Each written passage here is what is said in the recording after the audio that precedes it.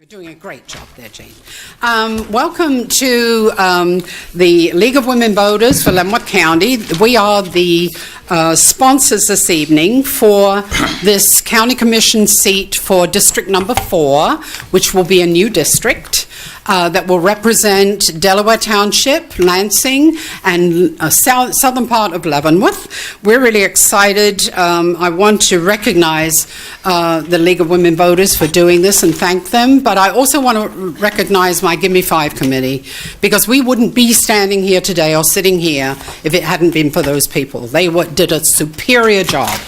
Thank you so much. All right, we'll start with Chad on the end. Question number 1. Since the county commission... I'm sorry? Oh, I'm sorry. Go ahead. I'm ready to go. Man, I was ready for number 1. We were going to get everybody out of here tonight. Well, thank you to the League, Leavenworth County Women Voters, and for everybody here that came out tonight. Again, I know everybody's lives are incredibly hectic, so it does mean a lot to have this kind of support, and I know we're excited to answer the questions and do our part in this new expanded commission. For any of you that I haven't met, my name is Chad Schimke. I'm probably one of not a huge group that can claim kind of a K through 12 experience at Lansing High, but I had the chance to grow up, attend school here. After high school, went to the University of Kansas. Go Jayhawks, if there's anybody out there. Got a few anyway. Hopefully they do their part. And shortly after, I bought a house and lived in Lawrence for a couple of years, and then decided, you know what, I'm traveling all over for work. Being near the airport isn't the worst idea, and I had the chance to build actually right down the street from where I grew up. So full circle. You know, my grandparents are Neil and Loretta, the ones that actually got my parents to move here and build.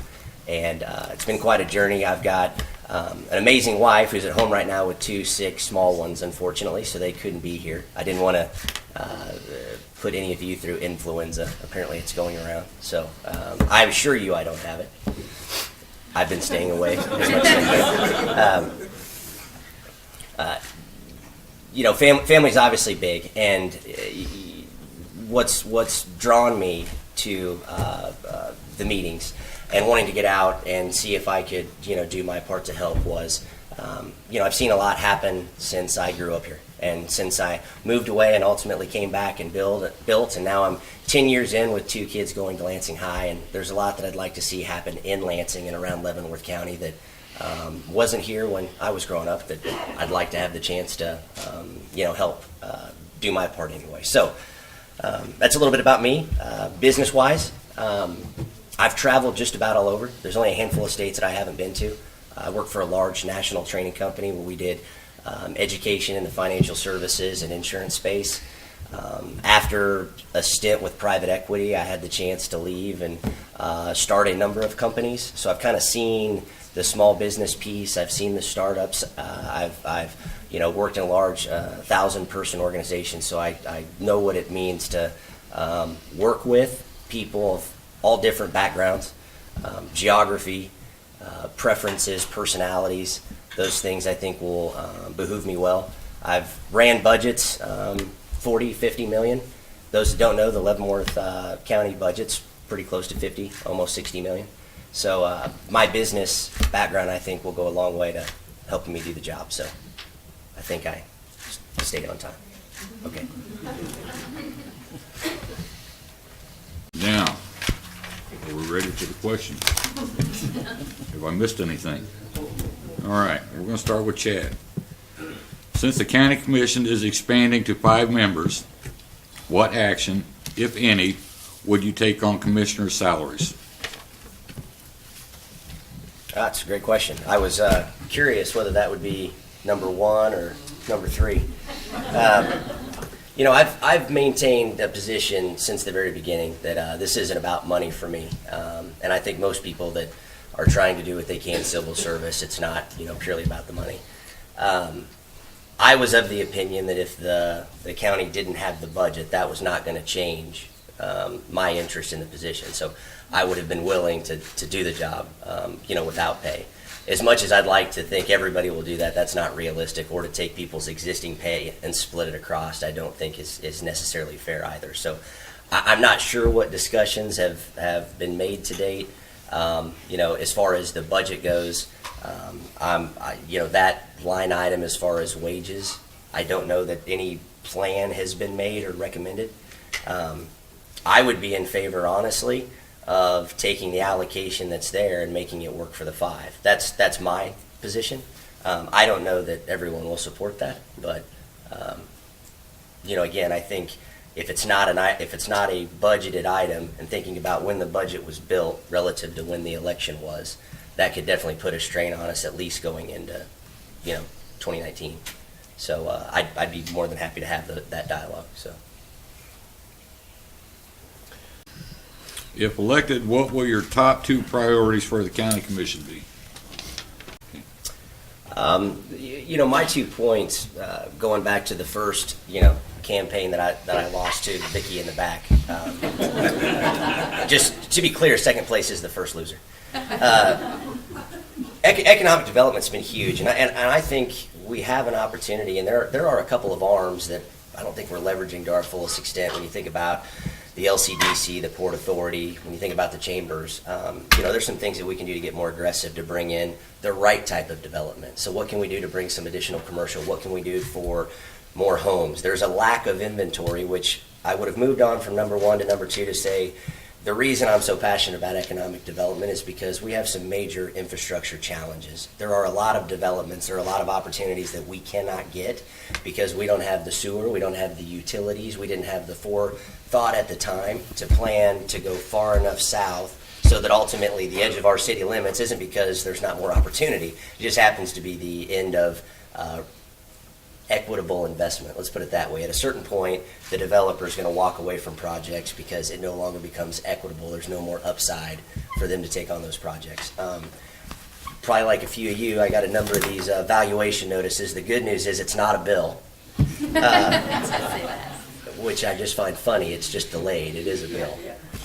So that is a priority. So it will pivot some degree because I think the lack of inventory we have is what's driving these prices up. At the same time, it's now had a negative effect on all current owners, right? So that is a huge problem. It came up last weekend, in Tonganoxie, and now that everybody's got their statement, I think they're going to be focused and holding this group of 5 accountable for fixing it. What are your thoughts on the reorganization of the fire district number 1? Chad? So I actually thought this was going to be question 1. It's obviously a very passionate issue, and if there's anything I've learned in business, which again I think serves this position well, is to try to remove as much emotion as possible. I guess common sense is something I talk about a lot, and the reality is I'm very often going to be the one that says, hey, if it's not broke, don't fix it. Now, I'm not going to sit here and say I've been in all the city council meetings and I understand all of the data that supported us to get to this point. So because I don't have that, I can't necessarily speak one way or the other. At the same time, right now it's currently out of everybody's hands, right? So it's sitting, with the judge to make a judgment for the larger group to then reconsider. But the biggest thing I think about is what keeps everyone safe. And as far as I know, most everybody has been very happy with the solution that's in place. And the good news is if it does ultimately change, it sounds like the plan is to keep as much of it in place as there already is. So I don't know that I can speak any more to it than that, other than I'd love to see if there has been any data sent out, if we've done the due diligence and the savings has been shared. Most everybody in the room, I think, is going to say if we can get an equal to service or solution for less money, that sounds great. If that's not the case, then I think the question remains, what else can we be doing or should we be looking at? But right now, we'll have to wait to see what the judges do. Chad, How long have you lived in the district, and what is your previous community or public service, including elected public office? So I grew up in the district, moved away for college, and then built my home here in 2009. So let's say almost 30 years I've been a resident of the district. I'd say the position I'm most proud of, and not, I don't expect a lot of this group to have heard of it, but there's a charity called Casey Cause that does a lot of great work in and around greater Kansas City. So it's not specific to just a Leavenworth or a Lansing, and there are a number of causes here that we do support, like a CASA, for example. But I've sat on that board for several years. Everybody does it. It's all volunteer. You know, no one that supports this group makes a dime, but we end up generating between $60,000 and $75,000 worth of benefactor dollars each and every year. So that's probably the one I'm most proud of and would probably speak to. And if anybody has charities that they're passionate about around here, that's one of the big things that we do every year up until March 31st is we want people to apply and get on our list. We're really great at working with vendors, putting on events, and generating the revenue. And even though we are a 501c3, we'd much rather put it in the hands of the ones that are closer, that are having the impact. So, please let me know afterwards. I'd love to talk to you. Economic development in Leavenworth County and the relationship with the Leavenworth County Development Corporation and the Leavenworth Port Authority has been an important issue. What are your ideas to accomplish economic development? I say 30 seconds, sir. Earlier I mentioned briefly these resources that the larger county has, and I spoke to, albeit briefly, the LCDC Port Authority. One of the biggest issues I think is we've really not had the either whether you want to say the carrot, for the longest time, the inventory. We didn't have these industrial parks, for example. We were playing a game that I think, in all seriousness, it wasn't a fair one to begin with. The exciting thing is there have been a number of businesses now that have either committed and or are starting to do business in those industrial parks. The reality is, the news hasn't gotten out there, or the press has been so limited, we didn't really have a chance to celebrate those wins. Now, I think we want to see a lot more wins, right? We've only scratched the surface. I would argue to say, there's been some really great projects that have happened, a lot of which have been further north, right? So there's a number of revitalization projects that have happened in North Leavenworth, and I think we have to continue to look why, other than Fort Leavenworth, a huge catalyst is, why is so much happening there? And one of those reasons is accessibility. I mean, how much easier it is to get to and how to get across the river. And I was going to give Jeff a hard time. If anybody's seen, he's shared, I think, every potential bridge that's ever been proposed on how to get access to some of these highways. But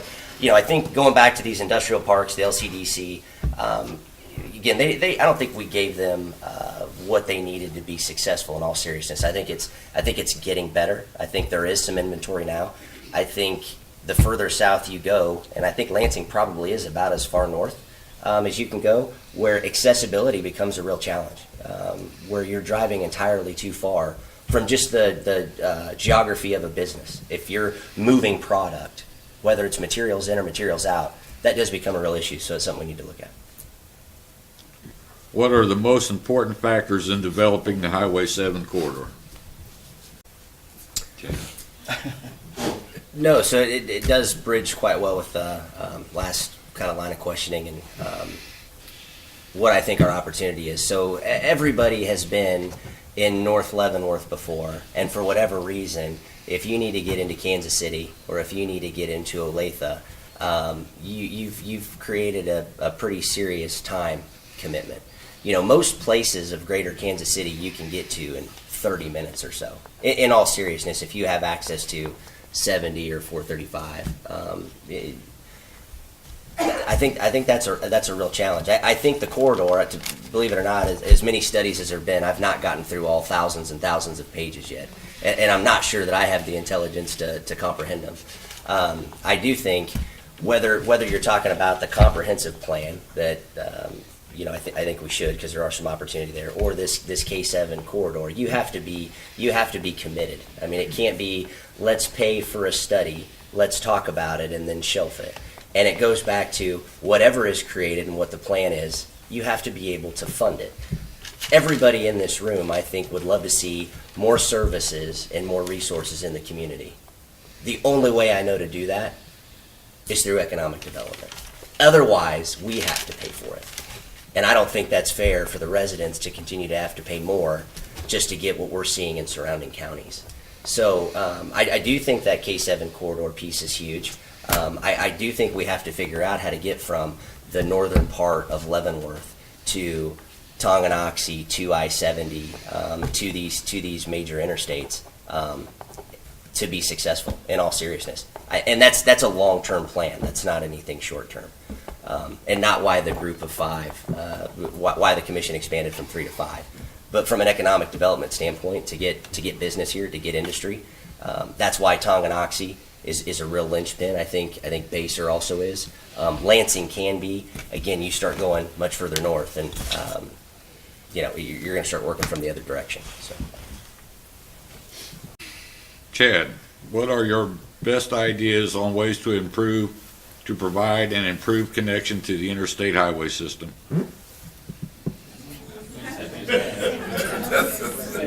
Same question. Do what? Yeah, it's, No, that was Highway 7. yeah, it's the same. All right. Hey, I just read what they wrote Worded down. different. What would your priorities for future road and bridge construction and maintenance in Leavenworth County be? I think everybody would agree that this is one of the worst winters we've weathered in quite a while. And the good news is everybody has shared with the county shop and the county, how it's felt on the other side, so to speak. In all seriousness, why I'm so excited about this new commission, whether I'm a part of it or not, is the experience you have on it. And Doug, for example, nobody knows more about the county shop, the capabilities, and what we can or should be doing better than Doug, right? So for me to pretend to be able to answer some of those questions, I won't even try. So I do think, you have this aspect of 5. Everybody has their skill sets, acumen that they bring that we should be leveraging. In any case, we've got some fantastic contractors here locally that I think we ought to be able to pull in and create a committee just like you tackle any other big issue.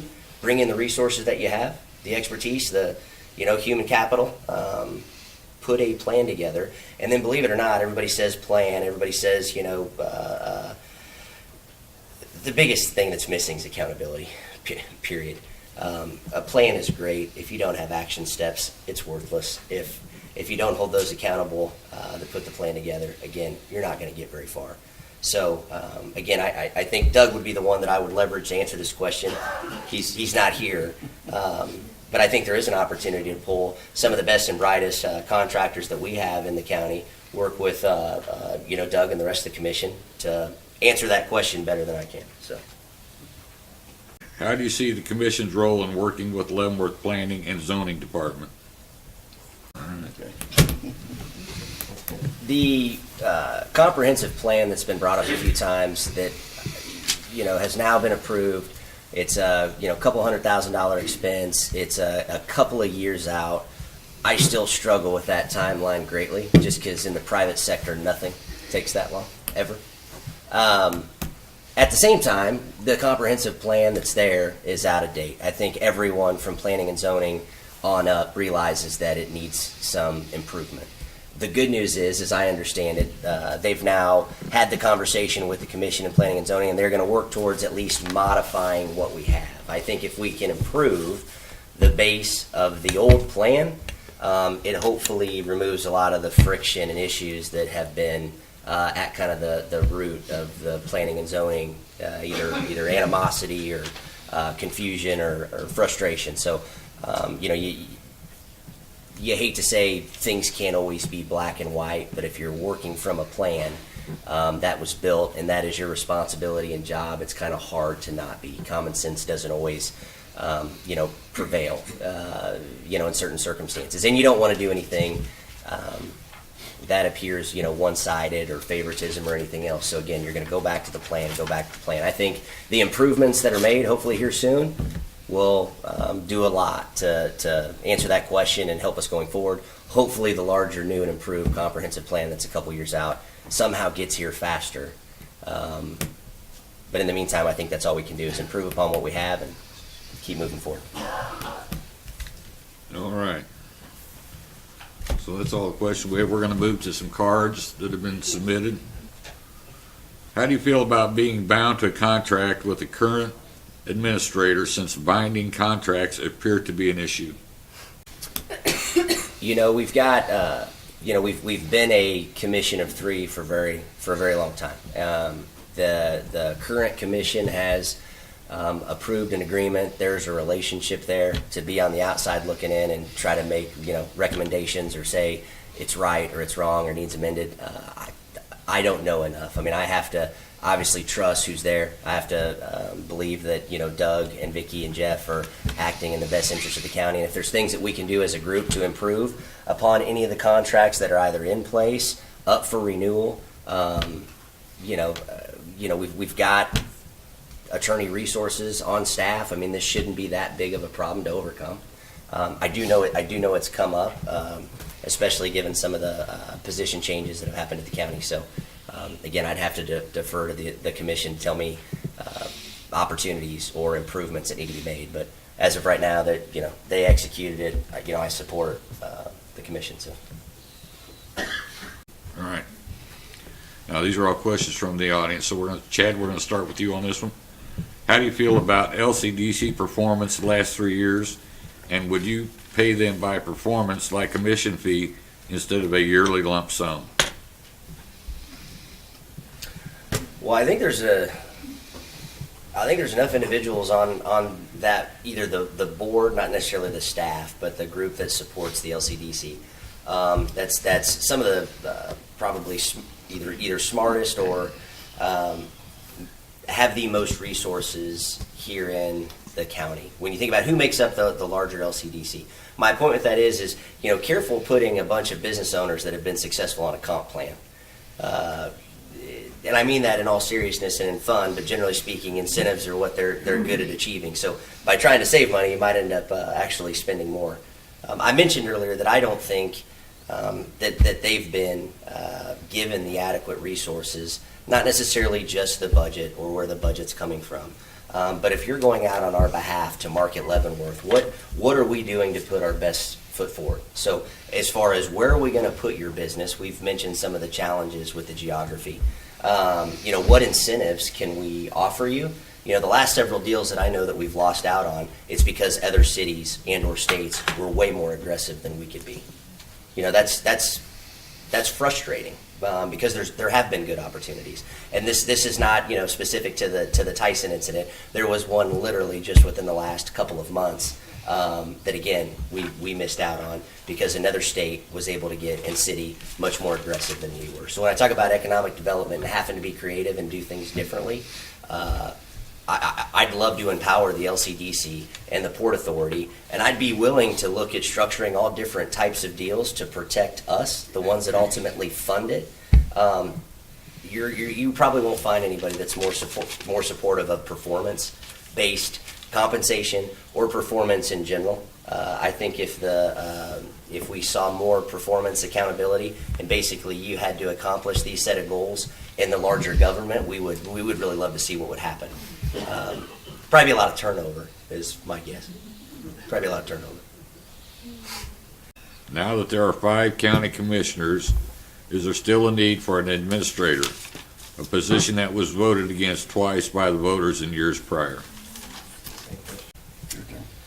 Well, the first thing that comes to mind is if you think keeping 3 individuals organized and on track, it's probably more work with 5. A couple things is when you think about the daily activities, operations, the number of things that the county needs day in and day out. Generally you want to have a single resource to lean on rather than having to lean on, 5. Again, I'm getting into, more kind of operational, if you will. Within most businesses, if you have any type of management team or leadership team, there's usually somebody that helps keep the train on the track, so to speak. Doesn't mean necessarily they have the control or decision-making ability, but helps to keep it going in the right direction. That all said, so I think there is a need. Again, I would ask the current commissioners if they agree or not for an administrative resource. At the same time, that doesn't translate into potential decision-making ability. And here's what I'd say to close is if the people vote against it, you absolutely support the people's vote. Since the Board of County Commissioners is a board set in place for the good of the county general, and the city municipalities have their own governing bodies, how will you set aside personal agenda for the greater good of the whole? Okay, Chad?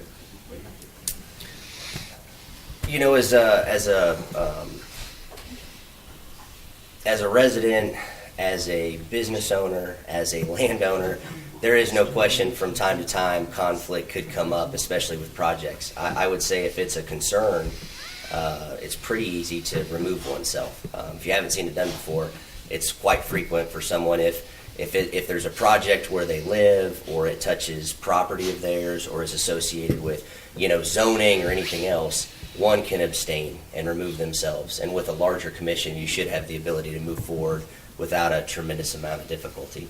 But I'd say the easiest way to answer that is if there is a conflict, remove yourself from it. That's why that's why you have peers to make sure that what you're trying to do, whether it's a road project or a development project or anything else, doesn't conflict with what is right by the county. If it's good by the county, no one should worry about it. If it looks good for an individual and not the city or the county, that's a real issue. And again, as the landowner or business owner, I'm personally very invested in Lansing and Leavenworth County. It only behooves me for it to grow and do better. Otherwise, I've made a foolish bet, and I'm raising a family based on that investment. That would be a foolish bet. So I don't know that I can answer it more clearly with if there's a conflict or it looks to not.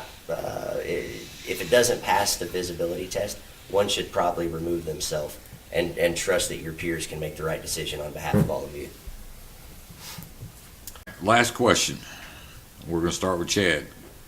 Would you support establishing a Leavenworth County Economic Development Office as a primary point of contact for economic development in the county? So this is in addition to or replacement of? I'm not sure I understand that.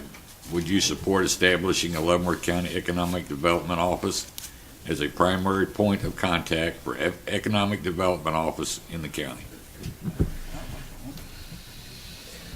I think the way I'd answer it is we have that. I think the question is probably more about what the effectiveness of the group is. So I don't want to confuse the two. I think we do need to have a centralized voice for Leavenworth County, and that voice is to represent every opportunity within that county, each and every city uniquely, as well as outside of the city limits. So I would personally like to see, again, more collaboration and support with the LCDC, with the Port Authority, even the chamber. Having spent a lot of time around just even greater Kansas City, seeing several different chambers and how they operate, there's so much more I think that we can be doing. And this is not, the staff does an amazing job. I'm talking about being under-resourced. I'll just give you a quick example. So take what Brandon and Cindy and the team do in Leavenworth Lansing. We get together where there's a coffee once a month. There's usually 40, 50, 60 people that attend. If you go 20 minutes south, there's a coffee every week and there's 200 that attend. I'm just trying to help everybody understand the difference as far as the amount of networking and the amount of collaboration and the amount of reach those groups now have when they have that kind of support. And so I'd like to see more of that within with the entities we have. So I think it's more about giving the right resources, keeping them focused. Again, I love the accountability piece keeps coming up. No different than those you elect, no different than those that are appointed or on a board. They should absolutely be held accountable if we're supporting them to deliver results. So. All right. Good job. So now you each get 2 minutes for your closing statement. We'll start with Chad.